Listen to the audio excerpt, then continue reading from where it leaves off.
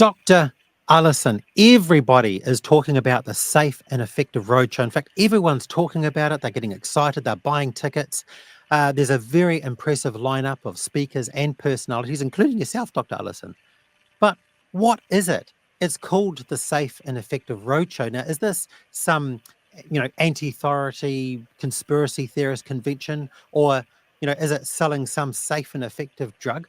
What is it, Dr. Allison, and why are people buying tickets to go to this conference? Right. Oh, well, so it's going to be a day-long workshop, seminar with a whole variety of speakers, just, digging into the safe and effective narrative that surrounded the COVID vaccination, really. So a lot of information that if all you've been looking at is the mainstream media, you won't have heard the information that will be presented. If you've been following NZDSOS and Linda Wharton and Voices for Freedom, you'll probably have a great idea about what we'll be talking about. But ideally, we want to be speaking to people, who have perhaps just followed the mainstream media, who don't understand that there is a whole story that hasn't been told. There are large numbers of people who've been damaged by the COVID vaccination, and their voices need to be heard. So those voices will be heard, and some of the other background information about why things have been suppressed, how they've been suppressed, will be discussed. There's lots of doctors, medical research analysts, health advocates, but also, as you've mentioned, there's actually people who have been injured. So we're actually going to be hearing from our people. And just a little side point, I know that depending on when you watch this video, of course, there is an early bird discount at the moment. I know it's expiring soon and tickets are selling fast. So if you think you'd like to go to this conference, there's one in Dunedin on the 9th, followed by the Queenstown, Nelson and Wellington. And if you look at the links below, roadshow24.nz to get your tickets. So what do you think people are going to learn? Is this just going to be, asking lots of questions? Do you think there's going to be some solutions at this conference, Dr. Allison? Oh, well, I hope so. And yes, I hope there'll be time for questions.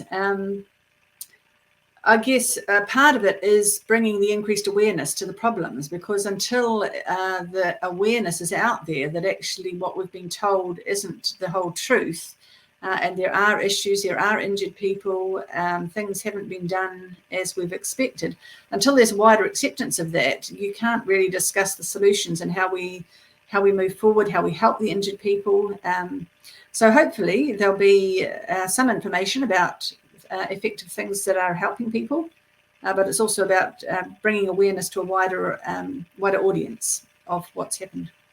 Now, you've joined the New Zealand Doctors Speaking Out with Science, NZDSOS, and NZDSOS just did a conference in Christchurch and Auckland. And I was, part of that. I was there, I was filming, I did some interviewing and met lots of people, and the overwhelming feedback was quite incredible. Do you think there's some similarities between the NZDSOS conference and this particular roadshow? Oh, yeah, there'll be a bit of an overlap. Our conferences, we had international speakers, and it was more providing information. This roadshow is New Zealand. It's all New Zealand, well, nearly all New Zealand speakers. I think we've got Mel McCann speaking, who's Australian. But we're also going to be hearing from vaccine injured people, and a more New Zealand focus and more local focus, and perhaps more on the vaccine injuries rather than, a whole lot of the science behind it, which is what was covered in our conferences. I think people are waking up to the fact that treating sets of symptoms is no longer acceptable. It's about the root cause of disease. And what we're finding over the last sort of perhaps 2 to 4 years, we've seen sickness increased at a rate never seen before. What have you witnessed as a doctor yourself? What have you witnessed? Well, so my experience over the last 3 years since the mandates kicked in has not been so much clinical experience with patients, but I have been hearing from people trying to claim ACC as a result of vaccine injuries. And I know that there are a large number of people who are increasingly frustrated. 3 years on from their injury, they're still battling with ACC. They've had no recognition of their problem, and the level of evidence that ACC is expecting them to provide is completely outrageous and impossible for them to provide. So that's sort of where I'm seeing things. I mean, obviously hearing stories from other people and hearing anecdotes, but yes, not clinically treating people, which is perhaps more what you're doing.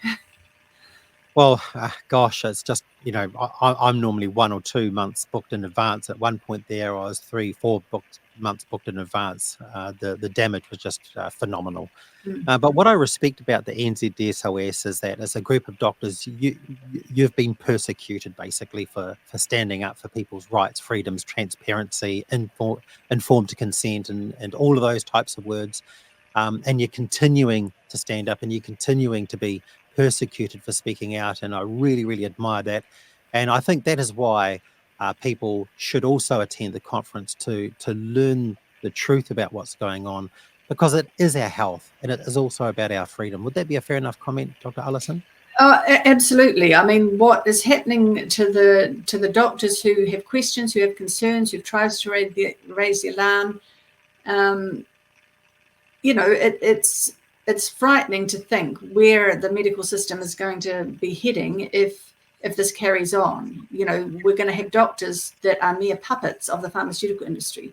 They're not going to be able to say what they really feel. They're not going to be able to give you a second opinion. They might as well be a robot. And I mean, personally, I think that is part of the plan, is to replace particularly GPs with robots, with AI, and get rid of the humans out of the equation, and particularly the pesky humans that ask questions and then don't just go along with it. I think the future of medicine in New Zealand is in a precarious position, and doctors as well as patients need to be asking more questions and taking action. And this is where we need people like yourself, Dr. Alison, organisations like the NZDSOS, and also conferences like this, a historic conference like this, because it puts it on record. It puts a government on notice about what's going on. And this is why I think everybody should take the opportunity to attend this conference. And I know that tickets are selling fast. And I want to thank you very much for coming on and speaking with me online. Thank you, Dr. Alison. I'll be the MC in the Dunedin, but I'll be attending all the conferences. And I look forward to seeing you again. In the meantime, if you want to book a ticket, there we are, roadshow24.nz. And please don't forget to please share this video, comment on it, because the more people that are aware, the better the influence and the more people become aware of what's going on.